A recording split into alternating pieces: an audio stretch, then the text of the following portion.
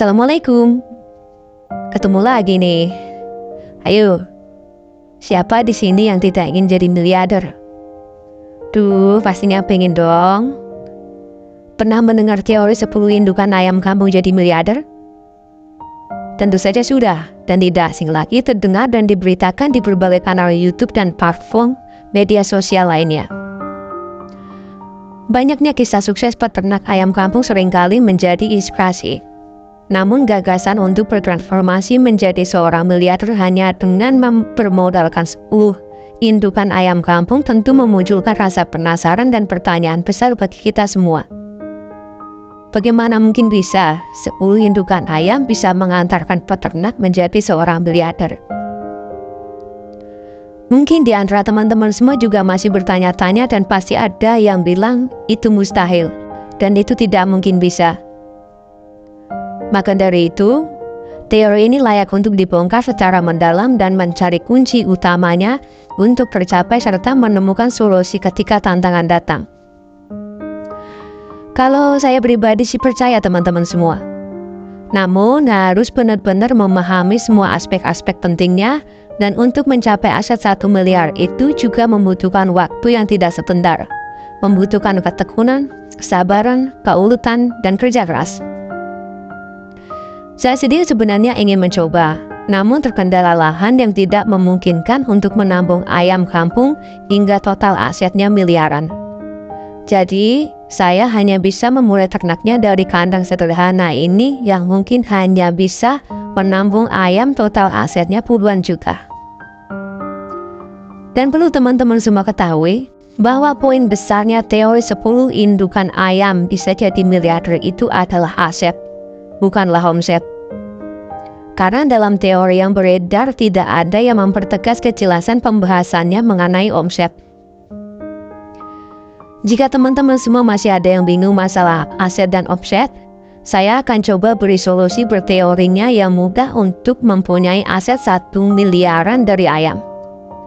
Tapi teorinya ini tidak menggunakan 10 indukan ayam melainkan memakai bibit DOC yang benar-benar unggul. Seperti yang saya jelaskan tadi, jika ingin mempunyai aset miliaran dari ayam, salah satu kunci utamanya adalah lahan yang luas.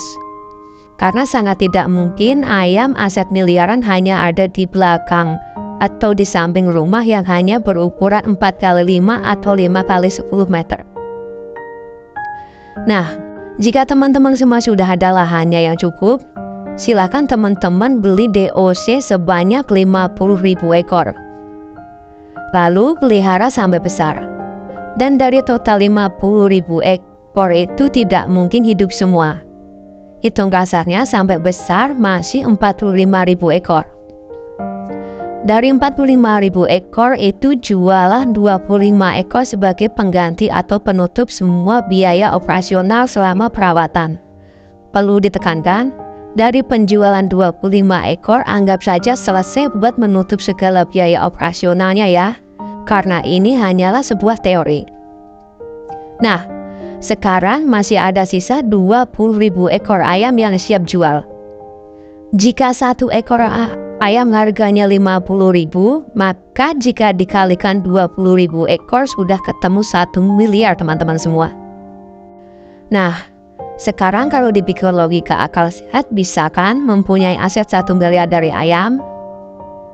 Namun jika kita kembali ke belakang mengenai omset, sangat tidak relevan jika diterapkan dengan sistem 10 ekor indukan ayam. Namun juga implementasi menggunakan DOC adalah banyaknya modal di awal untuk membeli bibit DOC. Sedangkan jika kita menggunakan 10 ekor indukan 1 jantan, modal kecil di awal namun kalah di masa waktu untuk mencapai aset 1 miliarnya.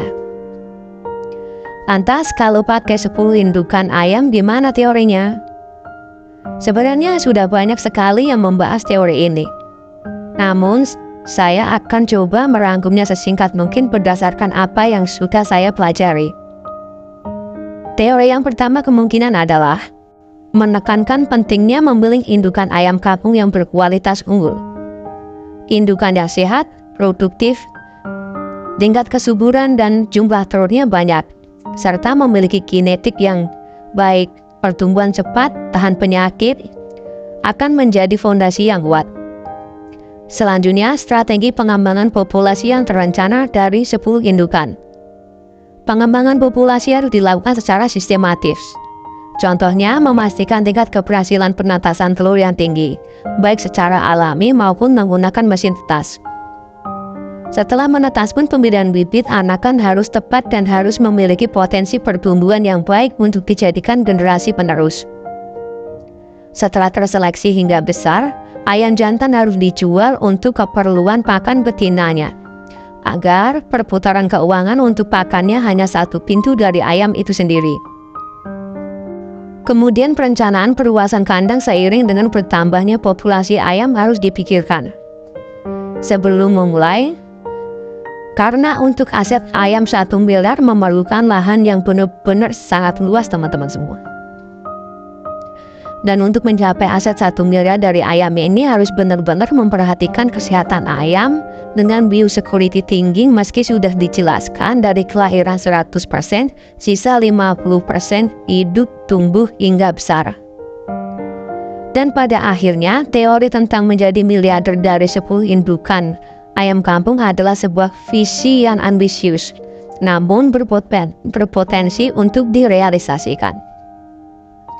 Kuncinya terletak pada pemilihan indukan yang berkualitas, manajemen pemeliharaan yang intensif dan efisien, pakan mengandalkan dari penjualan ayam jantan, dan strategi pengembangan populasi yang terencana dan terarah.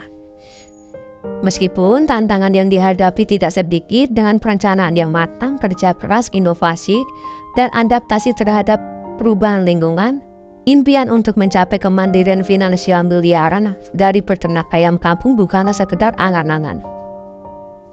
Jika teori ini benar adanya, akan menjadi bukti bahwa dengan ketekunan dan strategi yang tepat, skala kecil pun dapat bertransformasi menjadi kekuatan ekonomi yang besar. Kalau teman-teman semua bagaimana? Percaya atau tidak dengan 10 indukan ayam kampung bisa jadi miliarder?